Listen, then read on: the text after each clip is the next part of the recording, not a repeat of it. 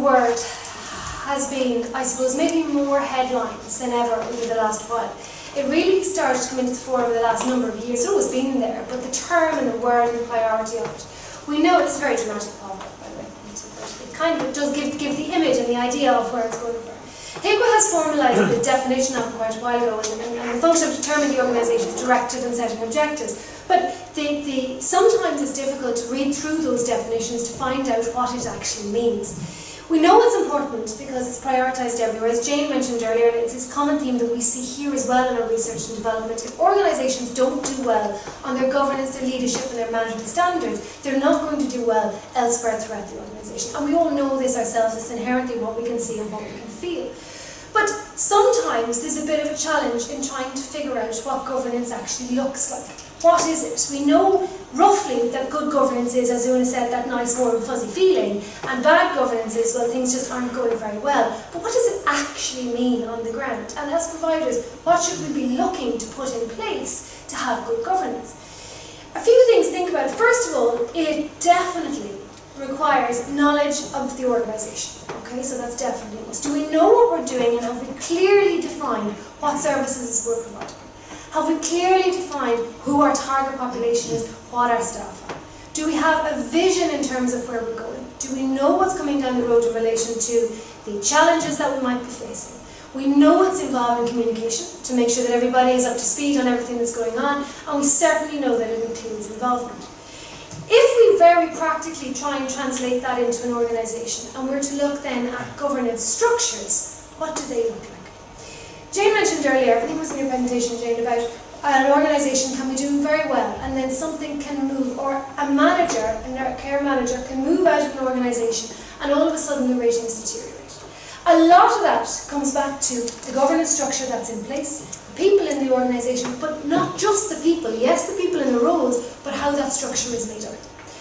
Governance, good governance, should have, first of all, a very clear line management structure, so that staff are all very clear and aware of exactly who they are supported by, who they link with, and who they go to in different areas. It should have very clear roles and responsibilities. And in healthcare, that has been a transition throughout the healthcare service over the last number of years to really clarify that. We all want to help out, we all want to do the same things, but to very clearly define, this as a CNM is my role, this as a support manager in home care is my role, and this is what I'm expected to do as part of it. That translates into clear job descriptions, and it translates into ongoing supervision and monitoring, where we have clear structures that everybody knows who they're linked with, and we have clear roles in relation to the different people who are providing the services. It's putting us a good way down the track towards good governance. The communication part then comes in relation to your teams and committees. Nobody wants to spend all their time as teams and committees, and we're certainly not advocating that. But there has to be a way for people to talk and communicate about what's happening in the service, both in terms of the future and in terms of what's happening now. And that translates into, first of all, say, for example, a management team, a forum for your people leading the organisation on at least a monthly basis to be able to sit down and say, this is what's going on, this is where we're at, this is what's coming down the track next month, these are our big risks today, and these are the key things that we need to look at. And similarly with our staff groups, to give them the opportunity on a regular basis to say, this is what's happening at the moment in the organisation, and these are the key things that we need to watch out for.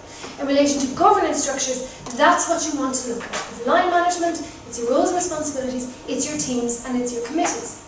When we look at boiling down governance to two key things, the first one, structures need to be in place, but after that it's about the strategic vision and it's about the monitoring of what's happening at the moment. The strategic vision in terms of, do we know where we're going into the future? If we're setting up a service, if we're expanding, if we're continuing as normal, what is coming down the track that is going to be giving us challenges, that is going to be helping us, that is going to be in some way affecting our service on an ongoing basis. And we've heard a lot about that today. And it's not just the regulation, it's the workforce, it's the finance, it's the structures, it's the process, it's everything. It's just that strategic vision of where we're going. But the second part is the oversight and the monitoring. Good governance, the second element of it, is about, do we know what is happening in our organisations right now?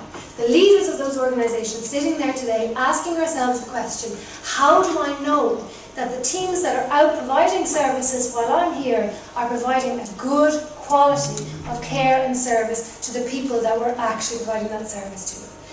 We know it, we talked a bit about the processes, we talked about the audit, and we talked about the risk management, and they're all components. But the biggest trend that is coming out in recent years is about data.